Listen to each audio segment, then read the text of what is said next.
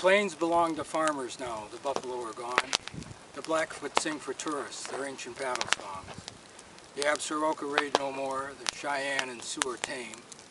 And shopping centers blight the land that once was rich with game. Old Gay Bridger's gone to rest, Hugh Glass has long been dust, and Hatchet Jack, old bloody axe, has long since turned to rust. Liver-eating Johnson died in an old age home, it is said, with Crow warrior ghosts 300 strong standing watch aside his bed. These were the men with the bark still on, those hibernants of old, tempered in the mountains' forage and quenched in winter's cold. They put their faith in the well-honed edge of a long green river blade. In DuPont's powder and Hawkins' guns, they were the heart of the beaver trade. But those days are gone forever now when the mountain man roamed free, through all the shining mountains and westward to the sea. Now hardtop campers park in spots where Walker and his crew stood knee-deep in the icy streams that take in beaver glue. Highways cross the mountains, and all the passes are paved, and cars and trucks and buses drive past Liver-Eaton's grave. Airplanes cross the Tetons, and the time it takes to tell the tale of Gabe's Glass Mountain and the yarn of Coulter's Dell. But don't despair, old coons, because if trappers' tales are true, there's a special place for mountain men, a final rendezvous. Way up there past Valhalla, where the old Norse warriors go, there's an endless range of mountains with their peaks all fresh with snow. The streams are filled with beaver, and all their pelts are prime. The plains are black with buffalo, and there's fat cow for all time. So when our life on earth is over and our final trap lines run, we'll show up at the Bushways Gate with his possibles and guns. St. Pete will check his tally book, and grin old coon step through, and check off 2 more mountain men, come at last to rendezvous.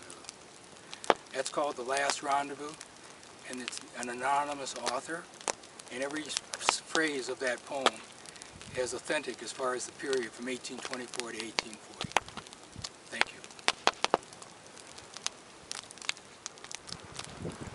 So have I told you about my father, your great-great-grandfather?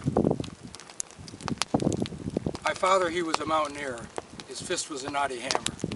He was quick on his feet as a running deer, and he spoke with a Yankee stammer. My mother, she was merry and brave, and so she came to her labor, with a tall green fir for her doctor grave, and a string for her comforting neighbor.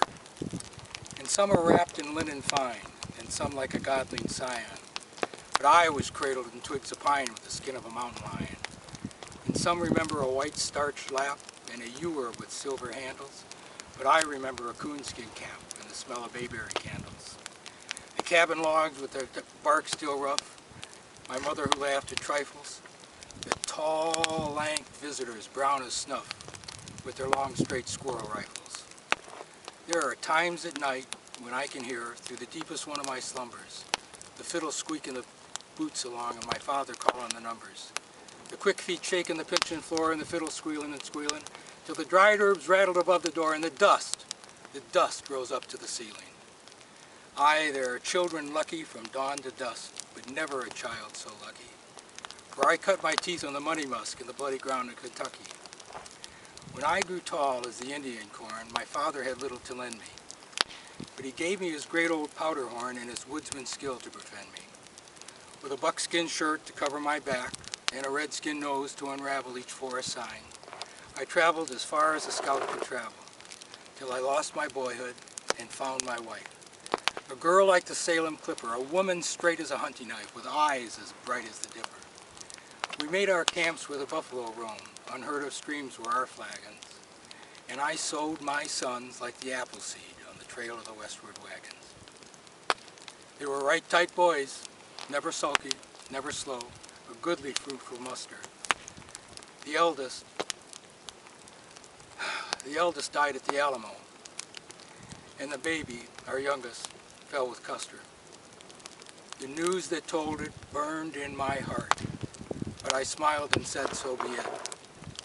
But you know, I could not live when they fenced the land. It broke my heart to see it. Early one morning, before the sun rose, I saddled a red, unbroken colt, and I rode him east to meet the day there. Up and down and all around, I what a ride we had.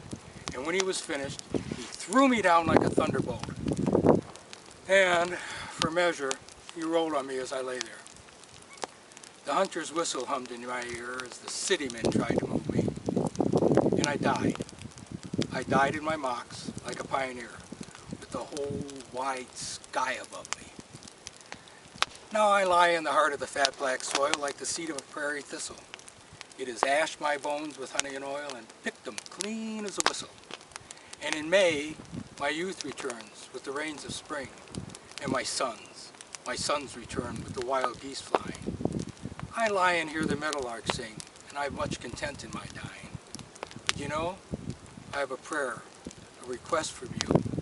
You who would build your towns of blocks, the cities that would have bound me, please, leave some land for me, for I lie in the earth like a tired fox, and my buffalo have found me. Stephen Vincent Benet, and it's a poem that's about a true person, the Ballad of Sycamore. And thank you very much.